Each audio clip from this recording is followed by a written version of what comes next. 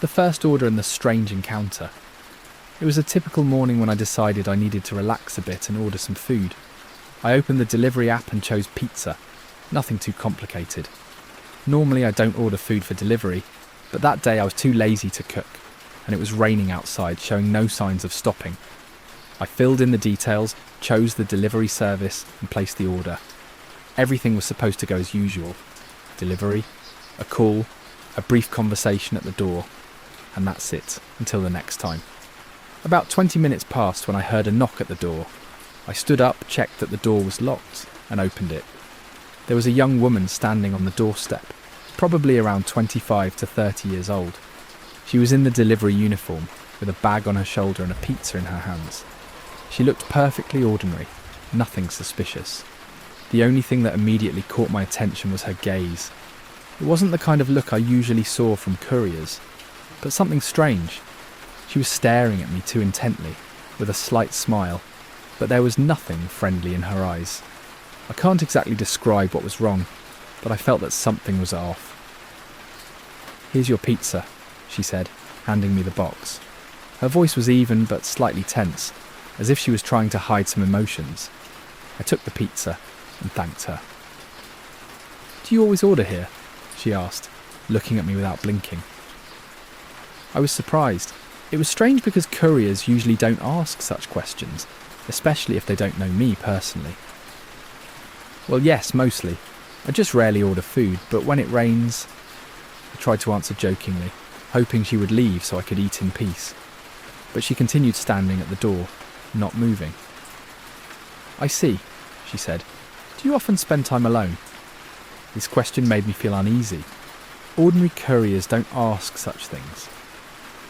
I felt a slight shiver run down my spine. I didn't know how to react, but I decided it was just a coincidence. "Yes, most of the time alone," I answered, feeling that the conversation was dragging on, but hoping she would just leave. She smiled again, but her smile was unnatural, too forced.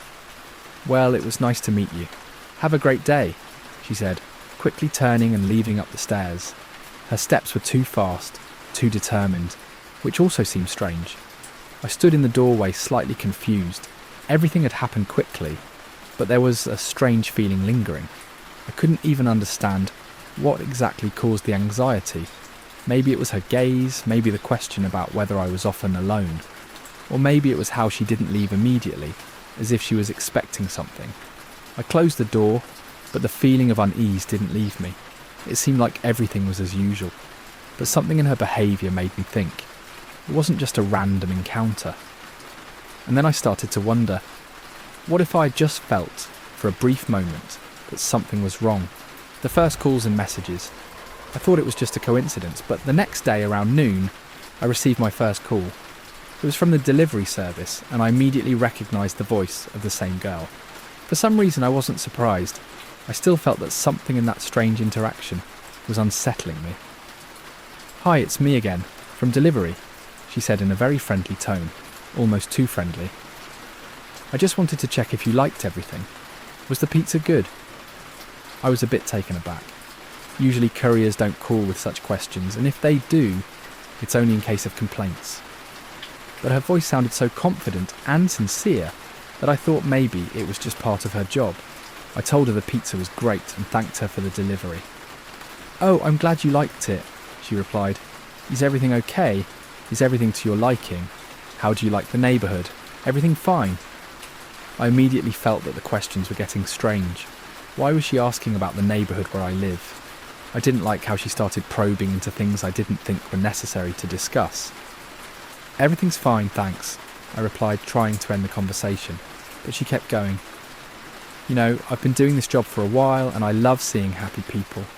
Maybe you'll order something again sometime, or maybe I can recommend other restaurants to you. I just love sharing good places." I quickly said goodbye politely, feeling how the conversation was becoming more and more intrusive. But as soon as I hung up, the feeling of unease didn't go away. Why did she keep calling and asking about these little details? Why was she so interested? A few hours later, when I had already forgotten about the conversation, the phone rang again. The same number appeared on the screen. This was starting to annoy me. I picked up, not thinking it would be her again, but this time she didn't say anything right away. Instead, I heard a few seconds of silence, as if she was waiting for me to speak first. I said, trying to understand what was happening. "Who's this?" Then she quietly said, "It's me, from delivery. I just wanted to make sure everything's okay. You're not worried about this, are you? Everything's fine, right?" Her voice was as calm and friendly as before, but there was still some unease in it, as if she was trying to make sure I felt comfortable, as if it was important to her that I was okay. I didn't even know how to respond. "Yeah, everything's fine, don't worry," I said, hoping the conversation would end, but she kept going. "I don't think you need to worry. Everything's safe here. You know, sometimes strange things happen when people just disappear, right? They seem so calm, but sometimes something changes. Sometimes people need to go somewhere to start over. That's normal, isn't it?" I felt a chill run down my spine. Her words sounded normal, but in reality, they were terrifying. Why was she talking about disappearing? Why now? Why couldn't I shake the feeling that she wasn't saying this just for no reason? "Everything's fine, thanks." I hurried to end the conversation and hung up. But at that moment, it became clear. This wasn't just a check-in call. She wanted to know something. Maybe she was curious about how much I knew about her job. Maybe she was interested in how I would react. Some time passed and I tried to calm myself down. But soon, when I was about to go to bed, a new message appeared on my phone screen. It contained just one sentence. "You're not alone, and you won't be alone if you want." Not knowing what to think, I froze again. How did she find my number, and why such words? Strange circumstances, night calls, and secret questions. It was late when I heard that familiar sound again, the ring. I picked up the receiver, expecting it to be just another telemarketing call, or perhaps some other customer who dialed the wrong number. But when I saw the number on the screen, my blood ran cold. It was that same number, the delivery person's number. I slowly brought the receiver to my ear. Before I could even say hello, she spoke. "Hi, it's me again. This isn't too late, is it? I just wanted to check how you're feeling. Is everything okay?" I froze. Why was she calling me at this late hour? Normally, couriers don't bother customers unless something urgent has happened. But her voice, as always, was warm and caring, almost too caring. She waited for my response as if she wanted to make sure I was still home. "Yeah, everything's fine," I said, feeling my heart start to beat faster. "I just wanted you to know that if you ever need anything, don't hesitate to reach out. I'm always around," she continued. This conversation was strange, but I tried to calm myself. Maybe it was just her professionalism, her way of staying connected with customers. But then she asked a question that puzzled me. "Do you often stay home alone? How do you usually spend your nights? Aren't you afraid of being alone in dark places?" At first I thought it was just a light joke, but her tone was serious. There was no irony, only genuine curiosity. I felt a strange unease creeping over me and quickly replied, "Well, mostly yes, I'm alone, but don't worry, everything's fine." She didn't respond to my reassurance. Instead, she kept going. "You know, I've always thought that loneliness isn't quite normal. It's like a feeling of emptiness that starts to burn you from the inside. Don't you feel that way?" My stomach tightened with nervousness. I didn't know how to respond. She continued, "It's pretty strange, right? But you know, you don't have to worry. When you get used to loneliness, it's like a closed door. But then you realise the door is already open, and you're not alone. Never. You need to remember that. Just relax and don't think about what you can't see." The anxiety inside me grew, and I quickly responded, "I'm sorry, but I don't think this is appropriate." She went silent for a few seconds, and at that moment I felt my breath catch. An incredible feeling, as if I'd walked into some kind of trap. She spoke again, her voice now almost a whisper. "I know you're not afraid, but you're afraid of something else, aren't you? You think you're alone, but you're not alone. You'll never be alone. We're always around." And with those words, she hung up. I sat there in complete silence, not knowing what to do. The phone screen darkened, but the feeling of fear didn't leave me. With each call, Her words became more and more vague and frightening. And in that moment I realised she wasn't just a courier. Something in her voice, in her behaviour, wasn't like a normal person. Something was wrong. Psychological pressure. Beyond normal communication. After her last call left me in a panic, I thought maybe it was just a coincidence. Perhaps she was simply trying to be polite, overly concerned for me as a customer. However, a few days later she reappeared. This time it was in a text message. "You're not afraid of meeting people, are you?" A text read, "I have the evening free today. Maybe we can meet." I felt the anxiety rise inside me, but I tried to remain calm, thinking that I should just brush this off. I replied briefly, "Thank you, but I don't think that's a good idea." Silence. The minutes dragged on, and I thought maybe I wouldn't hear back. But then a couple of minutes later, she wrote again, "Are you sure? You wouldn't turn me down, right? We can just meet, don't worry about anything. I can help you, relax, you should rest more. You wouldn't want to be alone, would you?" I felt a sharp pang in my chest. No response came, and I blocked the number, thinking it would stop. But to my horror, a few minutes later she messaged me from another account, from a different number. "You still haven't replied. Couldn't you just answer me? You're not responding. And that's not good, you know. I think you should think about what you'll lose if you reject me. You wouldn't want things to go down the wrong path, would you?" Her messages were becoming more insistent, more aggressive. It was as if she was demanding something, making me feel trapped. I didn't know what to do. Every time I tried to dismiss her, she came back with a new threat, a new attempt to convince me to meet. I could feel my body trembling. There was no politeness in her words. Everything had become completely unnatural. I tried to break free by blocking all her contacts and numbers, but that didn't help. Within a few minutes she messaged me on social media, once again as if nothing had changed. "You're still alone. Don't try to hide. I know where you are. We'll find you. You wouldn't want things to go wrong, would you?" Her words echoed in my mind, offering no peace. I couldn't understand how she kept following me, how her energy never seemed to fade, how her persistence grew increasingly terrifying. Every message felt like a cold rain, intensifying with each drop. It was as if she was standing somewhere nearby, watching. Fear and panic. At some point it became clear that I was no longer dealing with just an obsessive person. I had become part of something far more terrifying. It was no longer just exhausting communication. The messages began to get more and more personal, as if she were trying to penetrate my life, uncover everything that could make me vulnerable.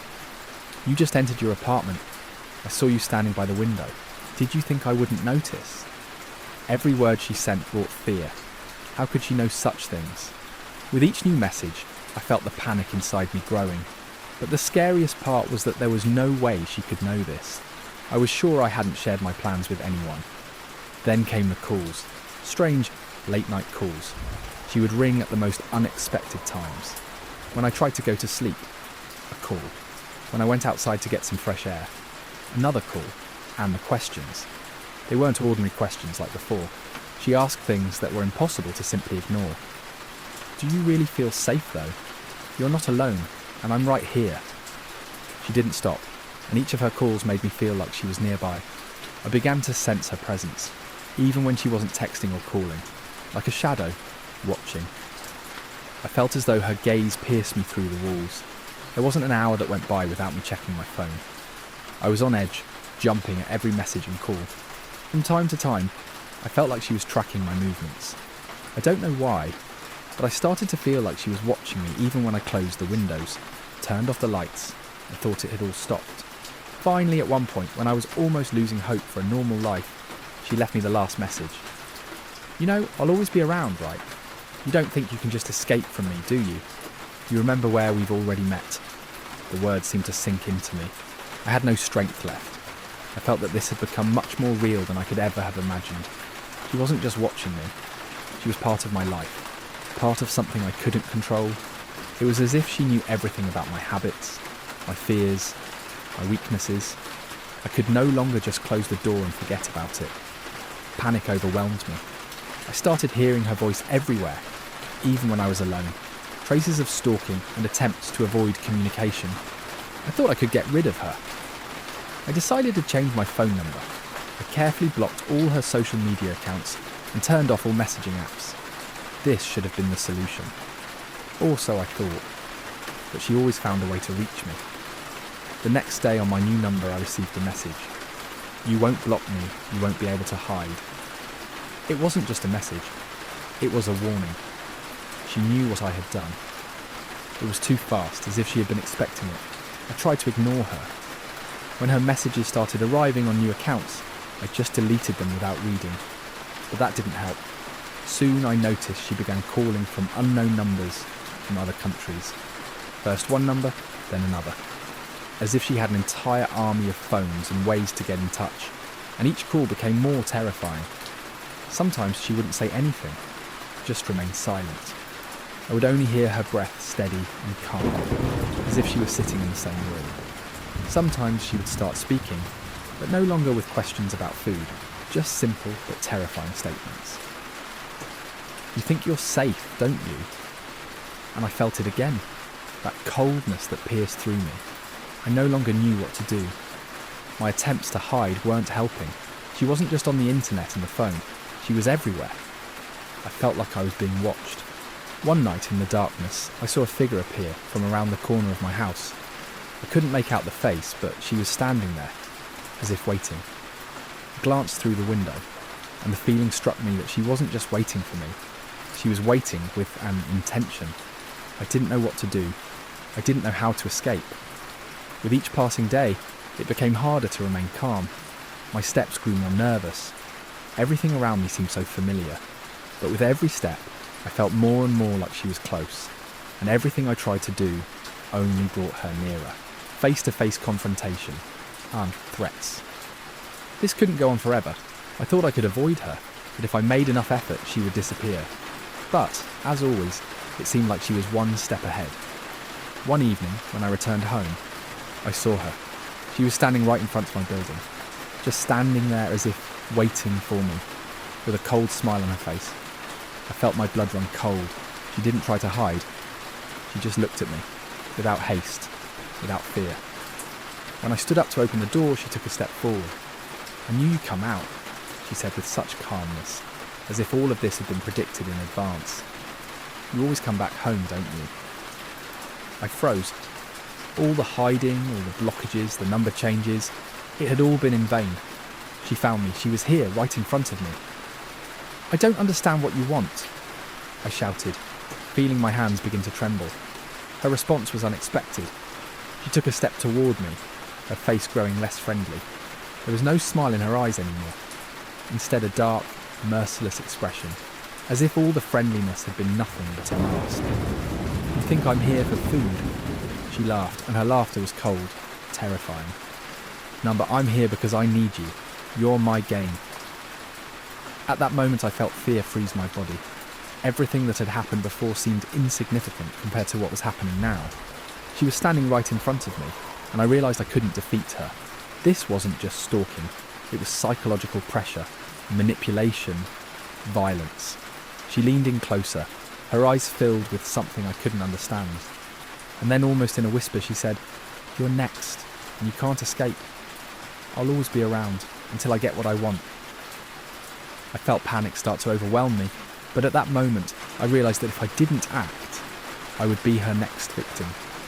I suddenly stepped back, pressing myself against the door, and when she took another step toward me, I slammed the door shut at the last second. "You won't get away!"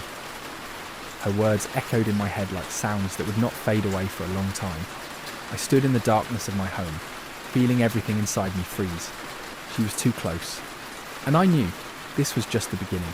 Fear for my life. And the final realisation, the moment the door slammed shut and silence returned to my apartment, I felt as if the entire world around me had collapsed. It was as though she had left me in a void, where there was no escape. I stood there, pressed against the wall, breathing heavily, my mind filled with thoughts. Everything that had been happening over the past few days seemed unbearable. But this wasn't just a nightmare, this was reality. She was a real threat. Every word she spoke, every movement she made, now made me understand. I couldn't keep going like this. She wouldn't stop. She would stalk me until she got what she needed. But what if I couldn't avoid this? I didn't know what would happen if she appeared again. I couldn't hide anymore. I could no longer just change my numbers, block messages, change my routes home.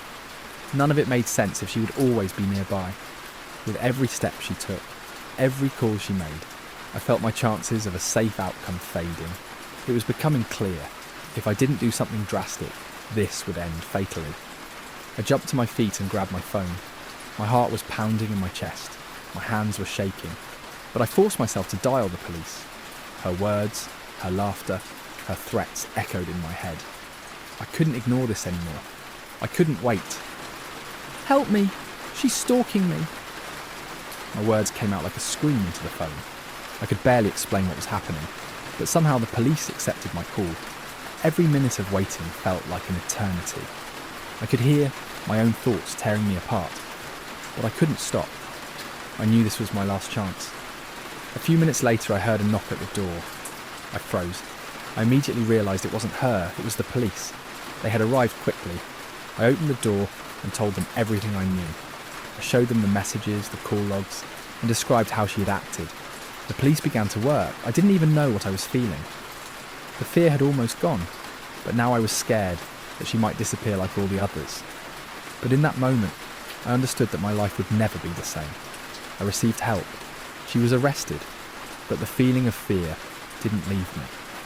I knew that even if they locked her up, I would remember her gaze, her threats, her words. I realised that this entire game, this nightmare could return again. And maybe her mask hadn't been fully removed. I tried to believe that it was over, but deep down, I felt that she hadn't disappeared. She was still out there somewhere, and something told me that the next time, her eyes would be watching me from the darkness. Climax. Confronting the Maniac and their unmasking. I sat in the apartment, still numb from everything that had happened. The thought that I'd actually ended up trapped again, that I was back in this situation, didn't quite register in my mind. I didn't know how much longer this panic would last, how much time I would need to finally rid myself of the fear. I just sat in the darkness, afraid to move, not knowing what to do next. But when I heard that familiar sound again, the ring, everything inside me seemed to stop. She had returned. The silence in the apartment became even more suffocating. My body seemed to disobey me. My hands were cold, and my eyes were filled with fear. She had returned, and I knew I couldn't hide anymore. But everything changed the moment I saw her. Not through the phone screen, not in the messages or calls. She was standing right at the door. I opened it, and the moment she looked at me, I knew the confrontation was inevitable. She stood there in her bright dress with that strange, almost invisible smile, and her eyes were not the same as before. She wasn't the woman I'd seen in the cafe, not the one who'd sent the messages. She was completely different now. With every second, her presence became more and more menacing. "You're not going anywhere." Her words came with such a threat that I felt my blood freeze. I realised that to her, this was a game, and maybe she thought everything was under control. But at that moment, I couldn't give up. I had been her toy for too long. Too long had she played with my life. This had to end. I stepped forward, trying to muster up some courage, but she didn't back down. On the contrary, she moved toward me with a confident stride, as if she knew I wouldn't be able to do anything to stop her. But the moment she reached for her pocket, I saw an opening. Without thinking, I grabbed her arm and pushed her aside. The situation was tense, but as soon as she lost her balance, I realised this was my chance. I grabbed my phone and immediately dialed the police. The moment I told them I was being stalked and that I had finally confronted the person, her face went blank. She realised her time was up. The police arrived quickly, and everything that followed felt like the final scene of the game. She tried to resist, but there was no longer that fear in her eyes. It wasn't defeat for her, it was the acknowledgement of her loss in this strange game. She was arrested, and I finally felt the tension that had been constricting me all this time begin to fade. But before they took her away, she looked at me, and this time I didn't see the threat in her eyes, only emptiness, as if she knew that this was not the end. I didn't need any more words. Everything was said in her gaze, and in that moment I understood. This nightmare would never truly end for me. The aftermath. After the Maniac was arrested and taken away, I thought I would finally be able to breathe a sigh of relief. But no matter how hard I tried, that terror never left me. Even when I returned to my normal life, when everything around me seemed the same, I felt that the world had become just a little different. It was as if the shadow she left behind still lingered in the air, and I couldn't rid myself of her presence. Every night as I fell asleep, I felt that same phone call again. And every time someone suddenly looked at me in a public place, I felt my heart freeze and my breathing become heavy. The fear I had experienced didn't leave me. Every noise in the house made me tense up. Every unfamiliar number on the screen of my phone was a reminder of what I had gone through. I changed my number, deleted all the apps that could have been linked to the delivery service. But it didn't bring relief. She was still in my mind. I tried to return to a normal life. I went to work, met with friends, tried not to think about it. But the feeling of anxiety was a constant companion. I couldn't forget how she had watched every step I took, how she knew everything about me, even more than I knew myself. And although I knew she couldn't stalk me anymore, the thoughts of her eyes and the emptiness in them never left me. I no longer felt safe, even when I was at home. Strangely, I began to look over my shoulder when I went outside, checking my locks and bolts more often. And every time the doorbell rang, I involuntarily tensed up. The police told me they had found numerous recordings, notes with descriptions of many other victims, all with similar signs of stalking. But the case never made it to the public eye. She hadn't been the only one, and that was terrifying. I started to understand that this case was just a small part of a much larger picture. And at that moment, I realised that I would never fully get rid of the fear she brought into my life. I could live, but I would always carry that scar. In a sense, I had become her last victim, because even after she disappeared from my life, her presence remained with me, and I knew now that I would always look over my shoulder. Thank you for watching. If you enjoyed this story, don't forget to like and subscribe to the channel so you don't miss any new creepy tales. Share your thoughts in the comments. We value your opinion. Bye for now. See you in the next video.